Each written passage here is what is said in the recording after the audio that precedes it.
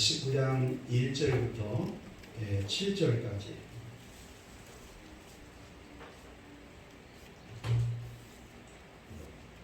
(7절까지만) 제가 봉독하겠습니다. 아볼로가 고린도에 있을 때에 바울이 위지방으로 다녀 에베소에 와서 어떤 제자들을 만나 이르되 너희가 믿을 때에 성령을 받았느냐? 이르되 아니라 우리는 성령이 계심도 듣지 못하였노라. 바울이 이르되 그러면 너희가 무슨 세례를 받았느냐? 대답하되 요한의 세례이다. 바울이 이르되 요한이 회개의 세례를 베풀며 백성에게 말하되 내 뒤에 오시는 이를 믿으라 하였으니 이는 곧 예수라 하거늘 그들이 듣고 주 예수의 이름으로 세례를 받으니 바울이 그들에게 안수하며 성령이 그들에게 임하심으로 방언도 하고 예언도 하니 모두 12사람쯤 되니라. 아멘. 사도행전 강론하고 있습니다. 주일 오전 예배에 이 설교를 하면서 저 개인적으로 여러분에게 질문을 하게 돼요. 복음을 얼마나 자랑스럽게 생각하는가. 그렇게 생각하려면 복음의 이해가 있어야 되겠죠. 복음의 만족을 경험해야 되겠죠. 그래야 자랑스럽게 복음을 전하게 될 것입니다. 그리고 교회가 나에게 얼마나 소중한 곳인가. 교회에 대한 질문입니다. 교회는 하나님의 나라이거든요. 예수님이 이 땅에 세워놓으신 그 나라 안에 소속되어 있는 나는 얼마나 소중한 존재이고 여러분 모두가 다 너무너무 소중한 존재입니다. 그 교회가 없다면 복음이 전파될 수도 없고 그렇다면 구원의 역사가 일어나지 않거든요. 그리고 나의 사명이 무엇인가? 이것이 여러분을 살게 하시는 목적입니다. 그냥 단순히 돈 벌고 가정생활하고 직장생활하고 사회생활하는 것이 전부가 아니거든요. 우리에게는 분명한 목적이 있습니다. 사명이 있습니다. 사도행전에서 그걸 깨닫게 해줘요. 그리고 오늘 질문 하나 더 하겠습니다. 나는 하나님의 나라를 얼마나 확신하고 신앙생활을 하고 있는가. 천국에 대한 확신. 성경에 보면 예수를 믿으면 구원받습니다. 할렐루야. 구원의 결국은 하나님의 나라 천국 가는 것이거든요. 여러분 천국을 믿으시나요? 네. 하나님의 나라를 믿습니까? 네. 얼마나 확신 있게 믿습니까? 하나님의 나라는 눈에 보이는 나라가 아닙니다. 눈에 보이는 이 세상을 창조해 주시는 것은, 이 세상이 있다고 하는 것은 영원한 나라가 있다고 하는 것에 대한 계시거든요. 그러므로 하나님의 나라에 대한 확신이 여러분에게 아주 분명할 수 있기를 축복합니다. 근데 여러분, 제 경험으로 볼 때나 바울 선생님의 경험으로 볼 때 복음을 믿고 구원을 받으면 개인적으로 얼마나 기쁩니까? 그리고 감격스럽습니까? 감동스럽습니까?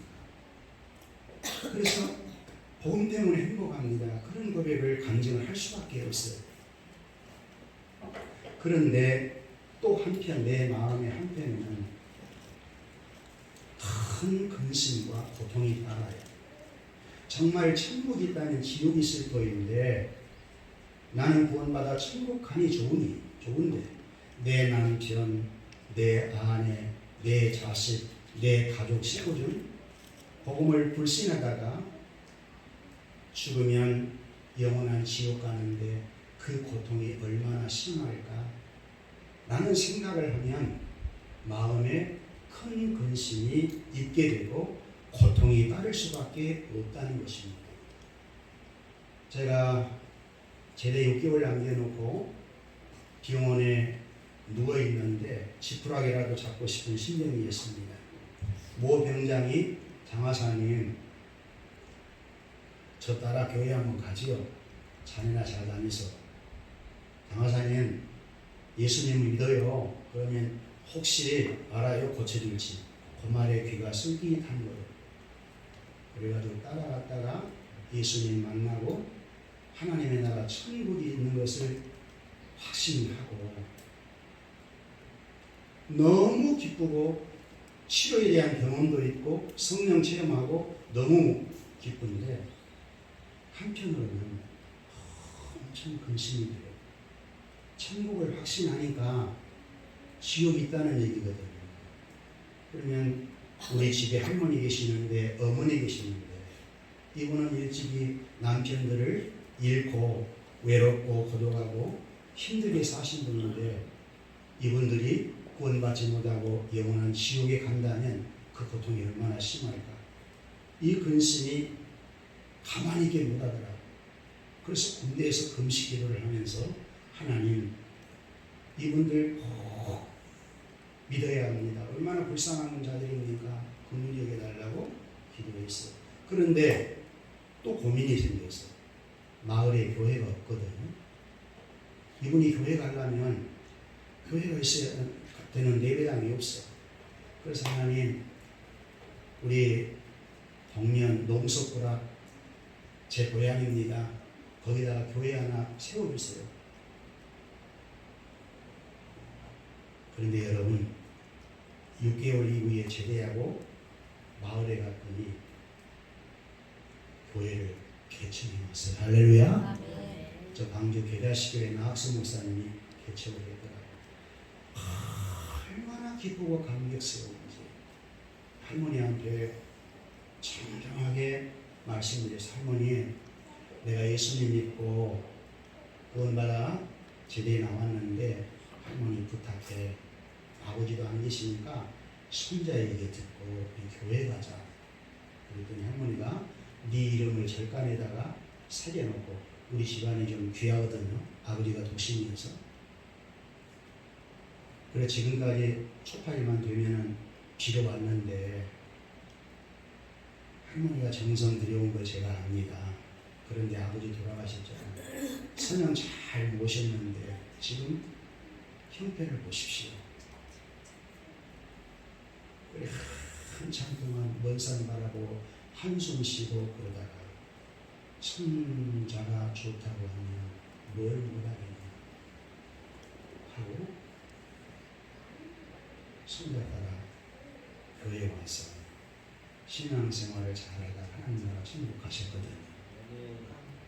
그리고 외할머니가 계시는데 거부간의 갈등이 너무 심해. 마을에 삼촌도 사시는데 어머니 친정어머니 모시시오. 거기가 가장 편하겠어. 그래하고 어머니에게 외할머니 모시게 해서 외할머니에게 외할머니 외손주 말을 들어줘. 예수님 믿어야 천국 가. 그러면 예수님 믿자 해서 외할머니 예수님 믿고 96세가 되어 하나님 나라 천국 간 것을 경험하고 있거든요. 하나님이 기도의 응답을 들어주셨죠.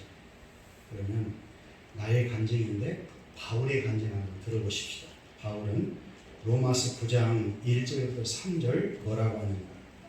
내가 그리스도 안에서 참말을 하고 거짓말을 아니하노라. 나에게 큰 근심이 있는 것과 마음에 그치지 않는 고통이 있는 것을 내 양심이 성령 안에서 나와 더불어 증언하노니 나의 형제 곧 골육의 친척을 위하여 내 자신이 저주를 받아 그리스도에게서 끊어질지라도 원하는 바로라. 아멘. 여러분 로마서 8장에 보면 하나님의 의의 결과로 예수를 믿고 복음을 믿고 구원받는 자에게 하나님이 베푸신 어마어마한 축복을 선언하고 있거든요. 그리스도 안에 있는 자는 결코 정죄함이 없다. 따라해 보세요. 궁극적으로 구원받는다. 궁극적으로 구원받는다. 하나님의 주권에 의해서 구원받는다는 거예요. 그리고 하나님의 나라 영원한 천국을 상속받을 수 있는 후사가 된다. 다시 말하면 하나님의 자녀이기 때문에 천국 상속받는다는 거예요. 아멘. 그리고 그 천국을 바라보면서 이 땅의 내세를 바라보면서 산다는 겁니다. 우리가 이 세상 살기가 너무 힘들어도 하나님의 약속이든 하나님의 나라 천국을 바라보고 사니까 소망이 늘 있어. 그리고 너희 몸을 영화롭게 하셨느니라. 따라해보세요. 영화롭게 하셨느니라. 영화롭게 하셨느니라. 이 몸이 우리 주님 재림이 오실 때 부활해서 주님의 몸처럼 신령한 몸을 갖고 영원한 천국에서 영생한다는 겁니다. 마지막 그리스도의 사랑에서 끊을 수가 없다. 궁극적 승리한다는 거거든요. 바울이 복음을 통해서 믿는 자에게 하나님이 주신 이 놀라운 축복을 경험하고 있고 그 복음을 선포했어요. 그런데 9장 1절에 와서 보니까 큰 근심이 있고 마음에 고통이 있는 것을 내 양심이 증거하고 내 안에 있는 성령님도 증언한다. 이걸 보면 구원의 확신을 갖고 천국을 사모하는 자 정말 복된 자지요. 이보다 더 큰 복을 받은 자가 어디 있어요. 그런데 이 땅에 사는 과정 속에는 불신자를 볼 때 큰 근심과 고통을 느낄 수밖에 없다는 것. 이게 지극히 정상적이라는 겁니다. 아멘. 아멘. 여러분 안에 큰 근심이 있어요. 여러분 가운데 큰 근심이 없다면 정상적인 마음이 아닐 거예요. 구원의 기쁨, 감격, 감동, 행복이 있는 반면에 반대적으로 내 남편을 보면, 내 자식을 보면, 아직 교회에 나가지 않는 우리의 가족들을 보면 숨 떨어지면 하나님 호흡을 중단시키면 생명이 끝나면 바로 죄에 대한 심판을 받을 터인데 그러면 어때요? 여러분 마음속에 근심이 고통이 있지. 이것은 좋은 것입니다. 큰 근심과 고통은 불신자를 사랑해서 나오는 고통이기 때문에 할렐루야. 그래서 여러분 이런 사도 바울이 이런 근심과 고통 때문에 어떻게 이런 것을 해결했느냐. 해결의 방법이 있어요.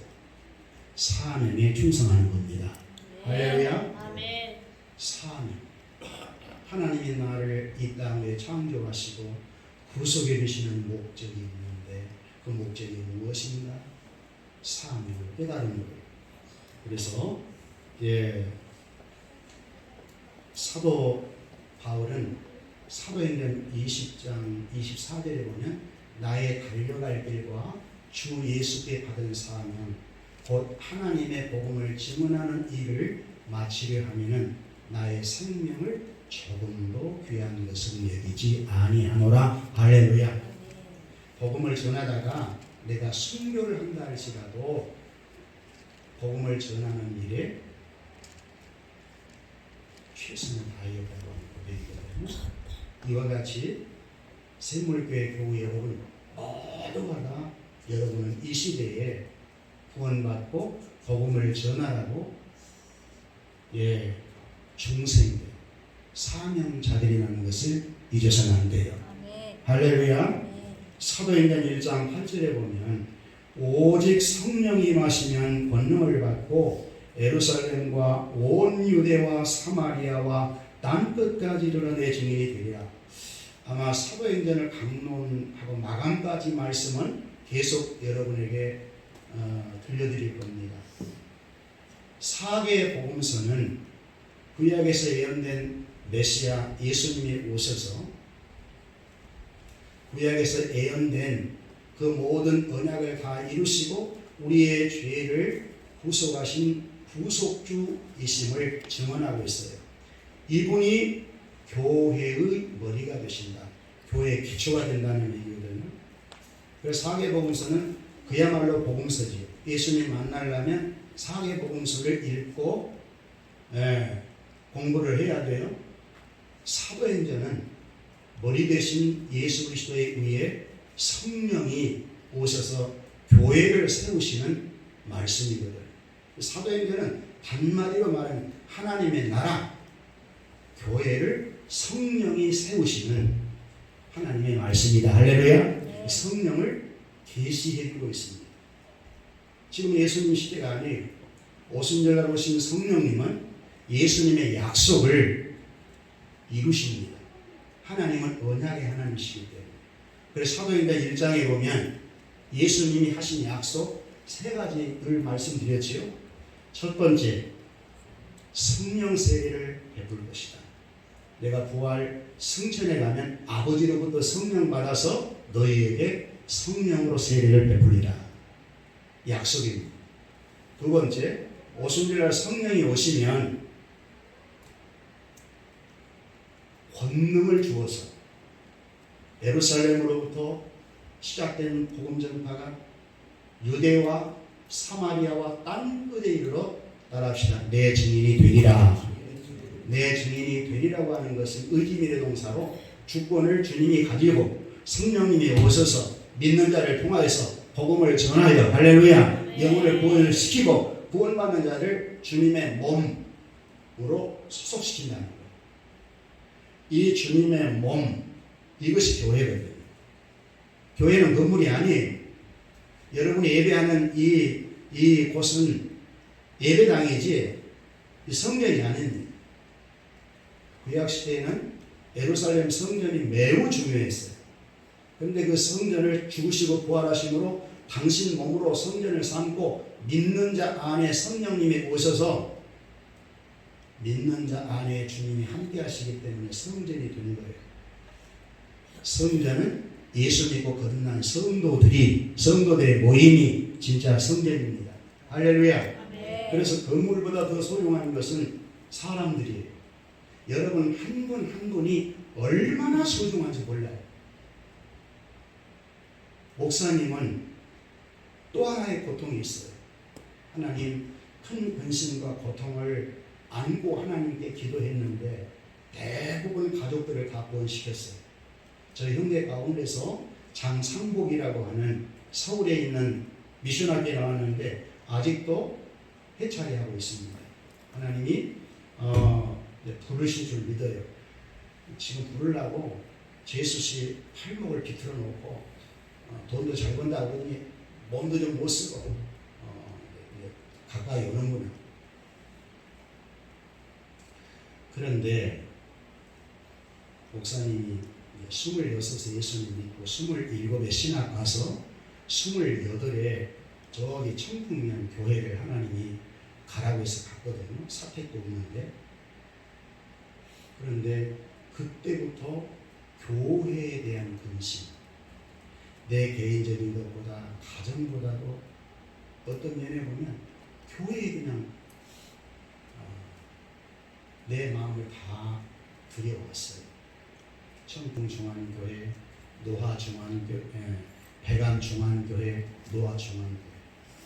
농촌, 어촌에 생활하다 보니까 너무너무 경제적으로도 힘들고 인력도 없고 너무너무 어려운 교회만 섬겨왔죠. 그러니까 그런 교회 사역하는 목사님을 사모님을 존경할 수밖에 없게 되었어요.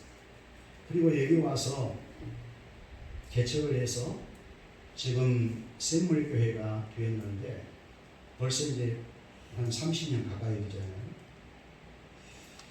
개척 때부터 지금까지 내 마음에 근심이 떠날 날이 없어요.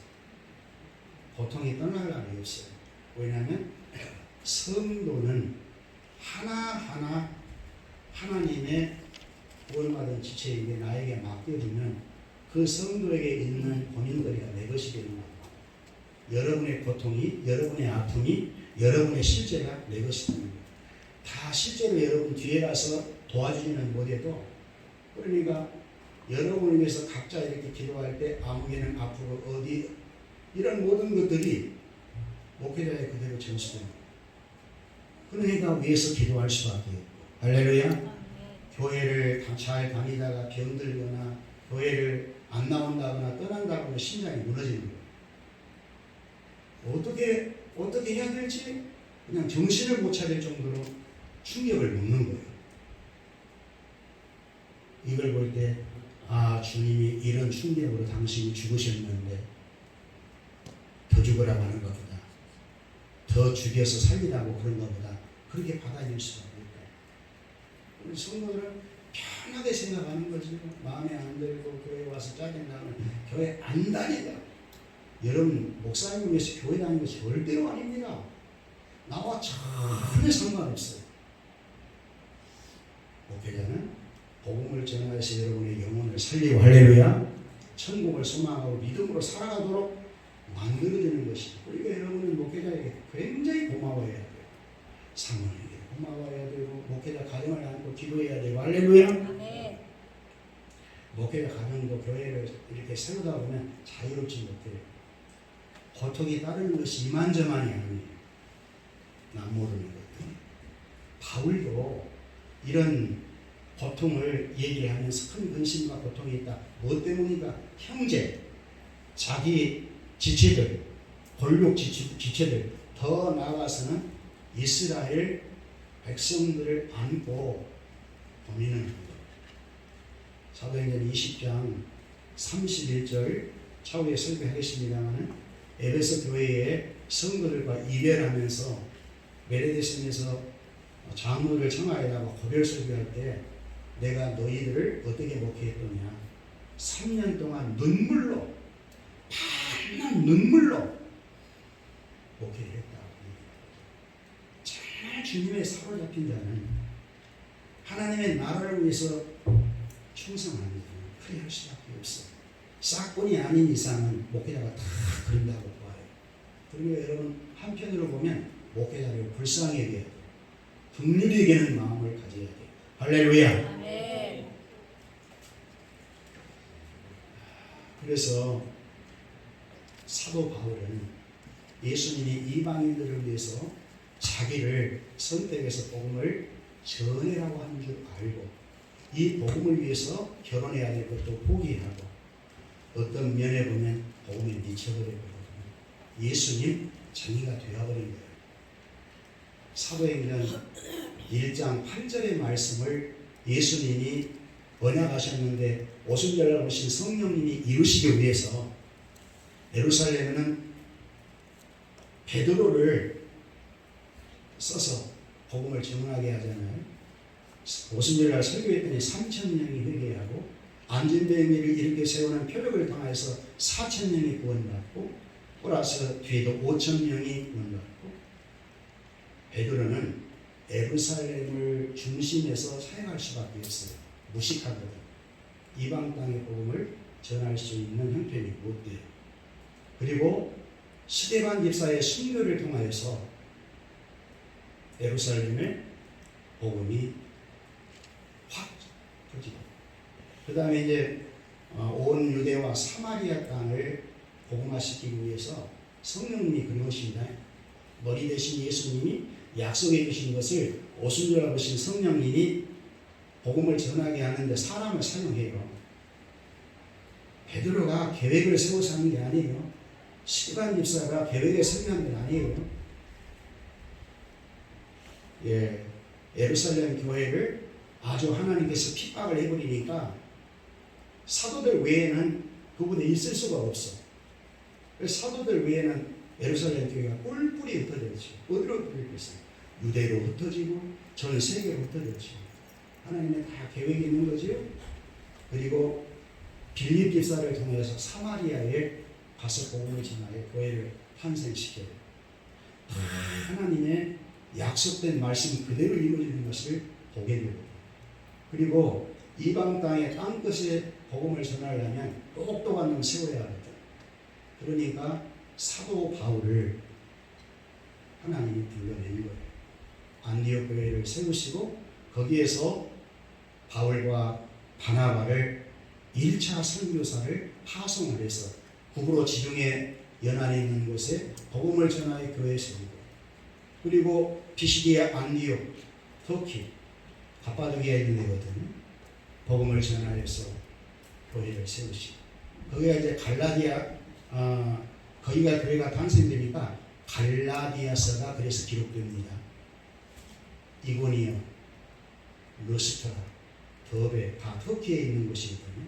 부르기아에 있는 곳에 바울이 가서 복음을 전하여 교회가 세워지는데 여러분 그 교회가 그냥 세워집니까?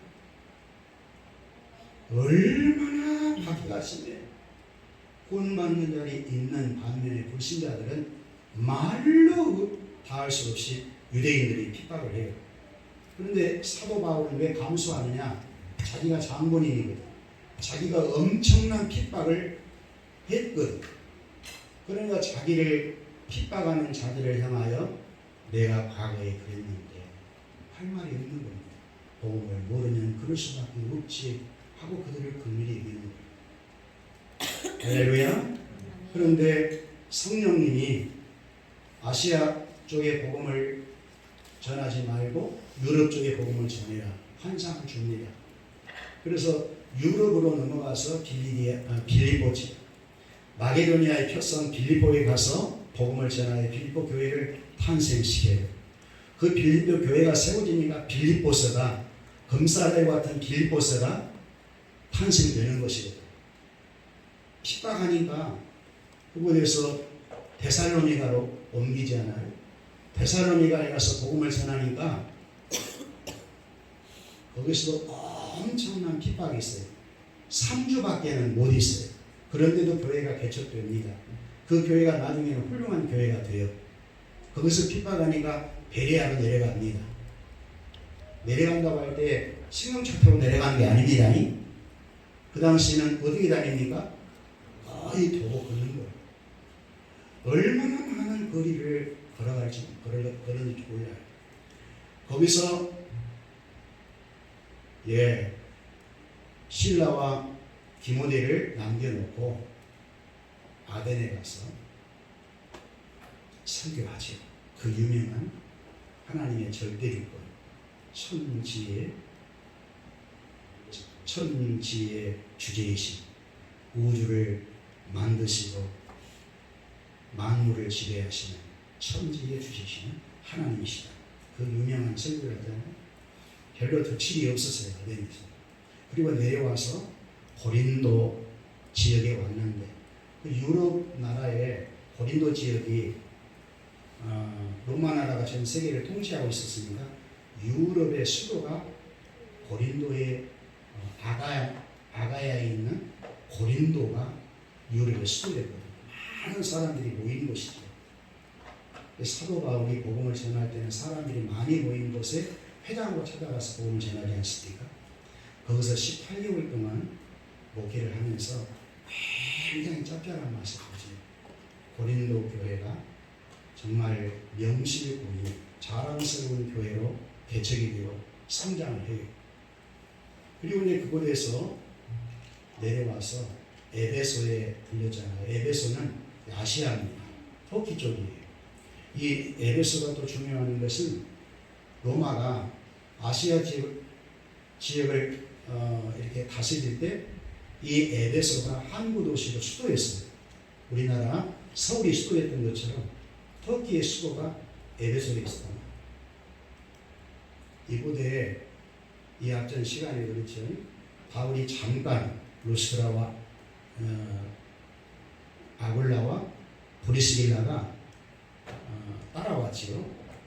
잠시 틀렸을 때 회당에 가서 복음을 바울이 전해요. 그러다가 듣는 사람이 더 좀 말씀을 주었으면 좋겠다. 그렇게 말하는데도 하나님의 뜻이면 돌아오리라 하고 자기를 파송에 이뤘던 피시디아 안디옥 교회 가거든요. 그러면 이제 그곳에서 어때요? 좀 더 머물면 좋겠는데 이미 세워놓은 교회들 마귀 역사도 심할 터이고 굉장히 더 있지를 못하고 이미 세워놓은 그 교회를 양육시키기 위해서 다시 떠나서 그곳에 가요. 나 같아도 못 갈 것 같아요. 여러분 루스트라에서 어떤 일이 있었어요? 안진뱅이를 이렇게 세운 그 놀라운 표적을 통해서 바울이 엄청난 하나님의 영광을 드러냈죠. 그런데 이고니에 있던 유대인들이 BC에 안디옥에 있는 유대인들이 와가지고 바울을 돌멩이로 쳐서 죽은 줄 알고 밖에다가 버리잖아요. 근데 털고 일어나서 루스드라 성으로 들어가서 다시 복음을 전하죠. 정상적인 사람이라고 그때 볼 수가 없을 정도로 복음에 미쳤지요니 이 미침이 있었기에 오늘 저와 여러분이 있는 거예요. 그 헌신이 있었기 때문에. 믿으십니까? 그건 아셔야 돼요. 교회 하나를 탄생시킨다고 하는 것은 얼마나 힘든 작업인지 몰라요. 하나님의 은혜 아니면 못합니다. 나라는 세울 수 있어요. 가정도 세울 수 있어요. 전방도 세울 수 있어요. 상전도 세울 수 있어요. 그런데 교회는 주님이 계셔야 돼요. 성령의 역사에 할렐루야. 왜? 죄와 물로 죽었던 영혼을 살리려면 인간의 방법은 불가능합니다. 그러니까 성령님이 내려와셔서 복음을 증언해야 그 복음으로 영혼이 살아난다고 성경이 되기 때문에 그 방법 외에는 안 쓰시거든요.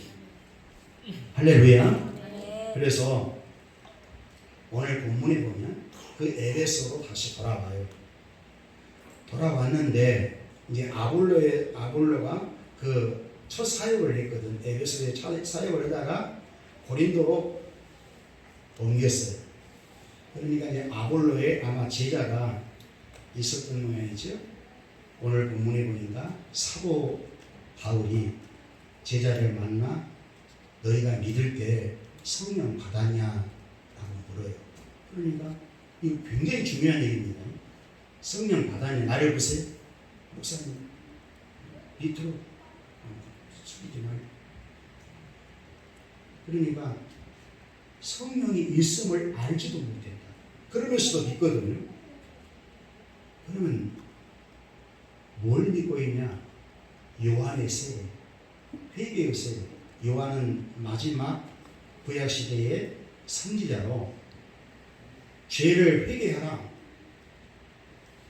하나님의 나라가 가까웠다 하면서 내 뒤에 오실 분이 메시아인데 죄를 회개하고 그분을 믿어야 된다고 가르쳤거든요. 그러니까 세례 요한이 가르친 대로 세례 받아서 자기 뒤에 오실 예수님을 만났어요. 구원을 받은 겁니다. 그런데도 성령을 받은 줄 몰라. 성령을 들어보지도 않았다. 여러분, 성령이 안에 계시지 않는 예수를 그리스도라고 시인할 수가 없거든요. 예수가 그리스도라고 시인한다고 하는 것은 이미 성령님이 우리 안에 오셔서 우리 영혼을 살려주었고 우리의 죄를 사해줬다는 확신이 내 안에 성령님이 오셔서 내 입으로 고백하게 하거든. 할렐루야. 성령으로 하지 않으면 예수를 주라 시인할 수 없다고 했거든. 그러니까 요한의 세례만 알 뿐이어도 복음을 믿고 구원을 받았지만 성령 세례를 모르면 성장할 수가 없거든. 그래서 다시 세례 사도 바울이 얘기를 해요. 세례 요한은 물로 세례를 주지만 자기 뒤에 오신 분은 예수님이죠. 성령과 불로 세례를 주신다고 했다. 할렐루야. 아멘. 성령과 불로 세례를 주기 위해서 그분이 십자가에 죽으시고 부활했는데 부활해서 마지막 사명을 감당하라고 주시고 승천에 가셨는데 오순절날 성령이 오셨다. 오순절날 오신 성령이 지금 사도 바울을 사로잡고 지금까지 전도하게 하고 에베소 교회를 지금 오게 한 것은 그 성령님을 얘기를 하니까 더 예수를 깊이 알게 되죠. 복음을 분명하게 이해를 하게 되죠. 그리고 안수를 해니까 놀라울 일이 생겨요. 이것은 바울이 성령 받게 되어야 되겠다는 그런 마음에서 한 게 아니에요. 그냥 안수를 해줄 때 성령이 임하더니 따라합시다. 방언과 예언을 하더라. 지극히 자연스러운. 바울은 그 병든 자를 치유시키고 회복을 시키고 막 그럴 생각하는 것이 아니라 복음이 중요하기 때문에 복음을 전하는데 이 복음 속에 있는 능력이 나오는 거예요. 바울도 올리는 것이죠. 그래서 이 방언받고 애원하고 성령 세례를 받는 사람이 12명이 되었더라. 여러분 사도행전 10장에 보면 고넬료의 집에 가서 베드로가 설교할 때 그들도 성령이 임하여 세례를 받았지요. 굉장히 중요합니다. 여러분 성령 세례를 받아야 그리스도와 연합해서 옛사람이 죽고 그리스도와 연합해 새 사람이 살게 되거든요. 성령님이 이렇게 여러분에게 세례를 베풀어 주지 아니하면 그리스도와 연합될 수 없어요. 그래서 성령 체험을 해야 돼요. 목사님은 신학 공부하기 전에 이 체험을 먼저 시켰어요. 왜? 그렇지 않으면 안 믿을 놈이거든요. 절대로 하나님께 돌아갈 줄 아니거든요.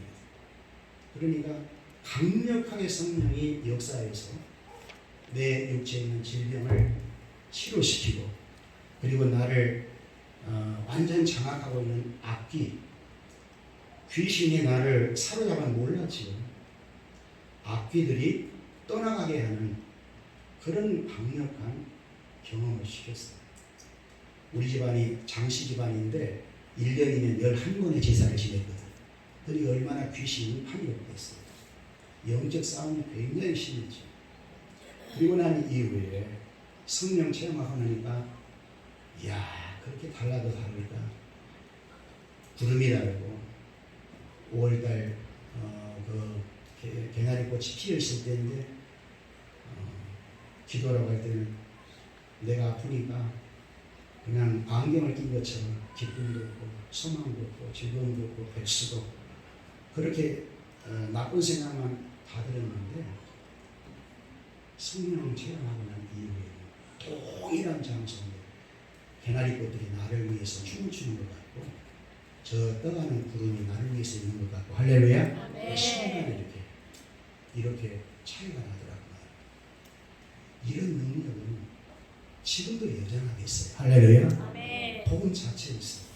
복음 자체가 영혼의 구원을 시킬 수 있는 능력, 예수님의 능력 아닙니다. 성화의 능력, 영화의 능력까지 복음 자체가 장착되어 있거든요. 그렇다면 예수님이 땅에 오셔서 병든 자를 치료해 줬는데 병든 사람이 치료된다는 것은 어때요? 당연하죠. 할렐루야. 그러나 우리 뜻대로 되는 게 아니에요. 머리 대신 주님이 원하시는 낫기로 해요. 그걸 100% 믿어야 돼요. 할렐루야. 그리고 악귀가 떠나갔다. 귀신이 떠나가는 체험을 나사렛 예수 그리스도 이름으로 명하노니 악귀는 떠나갈지어 나는 떠나가요. 할렐루야. 그런 경험이 여러분 모두에게 있어지기를 예수님의 이름으로 축복합니다. 그리고 이제 회당에 가서 3개월 동안 구약 성경이 있죠. 구약 성경을 가지고 하나님의 나라를 전했다 했어요. 구약 성경을 들어서 하나님의 나라 따라합시다. 하나님의 나라. 하나님의 나라. 여러분 세례 요한도 첫 메시지가 회개하라 천국이 가까웠느니라. 할렐루야. 예수님도 첫 사역의 메시지가 회개하라 천국이 가까웠느니라. 아담을 창조해 놓으시고 하나님이 맨 처음에 하신 말씀이 복을 주시며 가라사대. 그 복의 내용이 뭔 줄 아십니까? 복의 내용이 자손 번창, 땅의 충만, 땅을 정복하라, 다스리라. 복이 나라거든요. 나라. 할렐루야. 아브라함을 불러서 민족을 세워주겠다고 하는 그것도 나라거든. 나라를 세워주겠다. 이스라엘 나라는 하나님 나라에 대한 모형이거든요. 아담은 모형입니다. 오실 둘째 예수 그리스도에 대한 모형이에요. 예수님이 땅에 오심은 하나님의 나라를 세우기 위해 오신 거거든요. 하나님의 나라의 백성이 누군가? 그리스도 안에 예정된 여러분들이에요. 여러분들을 구속해야 하나님 나라 백성이 될 수 있어요. 할렐루야. 그래서 사역하시고 십자가에 죽으시고 부활하신 것. 그 개별적으로 구속의 은혜를 받고 하나님 자녀가 된 것입니다. 그런데 더 크게는 예수님이 이 땅에 우리 성 아담이 실패했던 나라를 세우기 위해서 오셨기 때문에 십자가에 죽으시고 부활해서 성령님을 이 땅에 보내서 예수님이 그러잖아요. 너희는 나를 누구라 하느냐. 마태복음 16장 18절에 보면 주는 그리스도시요 살아계신 하나님의 아들이라고 고백한 터 위에 내 교회를 세우리니 은무의 권세가 이지 못하리라. 할렐루야. 내 교회가 하나님입니다. 지금 성령이 사도 바울을 사로잡고 복음을 전하여 구원받는 자가 하나님 나라의 백성이고, 할렐루야. 지금 현재 교회가 하나님 나라 실체이고, 그러므로 여러분들이 하나님 나라 천국, 이건 말할 것 없이 확신해야 되되 천국은 죽어서 가는 것, 이렇게 생각하면 안 돼요. 옛날 어른들은 죽어서 와야 천국 간다, 그렇게만 생각했어요. 근데 여러분 저를 보세요. 하나님은 영원하신 나라에 계신 영원한 하나님이십니다. 그러니까 영원한 나라가 있는 거예요. 영원한 나라가 존재하는데 그 영원한 하나님, 영원한 나라를 계시해야 되고, 여러분이 살고 있는 이 창조의 세계를 하나님 만든 겁니다. 창조, 심판이 있다고 그러잖아요. 영원한 세계에 만들어져 있는 곳이 지금 여러분이 살고 있는 세상이에요. 우주에. 할렐루야. 복음이 땅 끝까지 전파되면 주님이 재림이 오실 때 세상은 딱 말아질 것이고 영원한 하나님 나라가 돌이 되는 거예요. 그러니 하나님의 나라를 가볍게 생각해서는 안 돼요. 그리고 하나님의 나라의 백성이 되었다는 것은 어마어마한 영광입니다. 그렇게 믿으세요. 피값으로 여러분을 샀다 했으니 우주로 산 것 아니에요. 지구로 산 것 아니에요. 그리스도의 피값으로 샀으니 우주보다 지구보다, 할렐루야, 더 가치 있는 존재가 되는 것이라는 거예요. 그 하나님의 나라를 바울이 3개월 동안 전했다. 그런데 그 말씀을 듣는 자 가운데에 마음이 굳어서 받지를 않아. 그리고 비방을 해, 복음을. 그러니까 딱 갈랐어요. 미련 없이 딱 갈라서고 믿는 자들만 데리고 두란노 수원이라고 하는 곳에서 2년 동안, 따라해서 2년 동안 날마다 성경을 가르칩니다. 성경을 가르치는 것은 뭘까요? 이제 구원 받았으면 예수님의 인격을 갖춰야 한다. 예수님의 성품을 가져야 된다. 예수님이 하신 하나님 나라 일을 해야 한다. 너희가 이 세상에 살면서 가정도 바꿔야 되고 직장생활도 해야 되고 자식도 키워야 되고 나라에 대한 충성도 해야 되지만 더 중요한 것은 이것은 과정 속에 너가 해야 될 일이고 궁극적인 것은 하나님 나라야. 할렐루야. 교회 일이 얼마나 소중한 거랍니까? 여러분이 교회에 간주하는 거, 이거 우리 경호가 저렇게 봉사해 주는 거 가벼운 거 아니에요. 찬양하는 가벼운 거 아니에요. 하나님 나라 일을 하는 거예요. 그리고 나를 더 정확하게 말하면 써주는 겁니다. 써주는 거. 하나님이 무엇이 하시겠어요? 안 쓰면 끝나는 거예요. 그래서 두란노 수원에서 성경을 잘 가르쳐 주니까 얼마나 잘 자랐겠어. 나도 그 수화에서 배웠으면 지금처럼 목회 안 했을 텐데 좀 더 잘했을 것 같다. 그런 생각이 들어요. 굉장히 영광스럽죠. 직접 바울이 전거한 복음을 듣고 성령 세례 받고 영적 체험한 12명의 이 기초들이 에베소 교회를 이루고 있었으니 얼마나 탄탄하고 좋은 교회가 되었겠습니다. 그리고 마지막은 그곳에는 마술사들이 있었어요. 마술사들은 남을 눈을 속여서 돈벌이를 하는 자들이거든요. 꽤 수익이 좋았던 거예요. 그런데 그 가운데는 제사장 7 아들도 있었다. 이름까지 올려놓고 있어. 제사장은 거짓 돼서는 안 되거든요. 마술은 남을 속이는 것이니까 마귀가 사용하는 괴계이거든요. 그 바울이 복음을 전하면서 예수님의 이름으로 선포하니까 병들이 떠나고, 좋아요 안 좋아요? 이야, 기가 막혀. 귀신이 떠나. 소리를 지르며 막 떠났겠지. 그러니까 눈이 동그랗게 되면서 야, 우리도 저렇게 한번 해봐야 쓰겠다 하고 예수님의 이름을 빙자해서 악귀 들린 자에게 명령했더니 악귀 들린 강한 놈이 있어서 묶어쳐갖고 그냥 반을 죽여놔. 이 악귀들인 자가 이긴 것이지. 그게 얼마나 창피했겠어. 그래가지고 복면을 당해서 망조가 들었단 말이야. 이런 광경들을 다 보고 마술사들이 회개를 합니다. 그 진실로 회개했다는 것은 그들이 갖는 책을 찢어버렸는데 그 찢어는 책이 5만이나 되었더라. 굉장히 많은 돈이거든요. 예. 19절 또 마술을 행하던 많은 사람이 그 책을 모아가지고 와서 모든 사람 앞에 불사르니 그 책값을 계산한지 은 5만이나 되더라. 무슨 얘기일까요? 바울은 이렇게 하려고 해서 한 게 아니거든요. 바울은 그냥 복음만 전하는 겁니다. 그런데 성령이 사고를 하는 거예요. 주님이 함께 하신 거예요. 할렐루야. 아멘. 이런 놀라운 표적의 사건을 통해서 에베소를 뒤집어야 되거든요. 하나님. 이것이 굉장히 다음 시간에 이제 설교를 하겠습니다. 아덴이 여신을 섬기면서 성적으로 무척 타락해 있는 한 도시입니다. 복음을 전하기가 녹록지 않는 곳이에요. 그런데 이곳에 하나님의 택한 백성들이 있어요. 이들을 구원시키려면. 할렐루야. 네. 마술사 가운데서도 택한 백성이 있다만 이들이 올 때 그냥 오는 것이 아니라 철저하게 작업하고 회개하고 왔다는 것은 그 다음에 책 팔아먹었던 것을 다 수집해서 그것까지 다 찢어버렸다는 거예요. 여러분 예수 믿으려면 이렇게 믿어야 돼요. 이렇게 하나님께 돌아와서 신앙생활을 해야 진국이 되는 것입니다.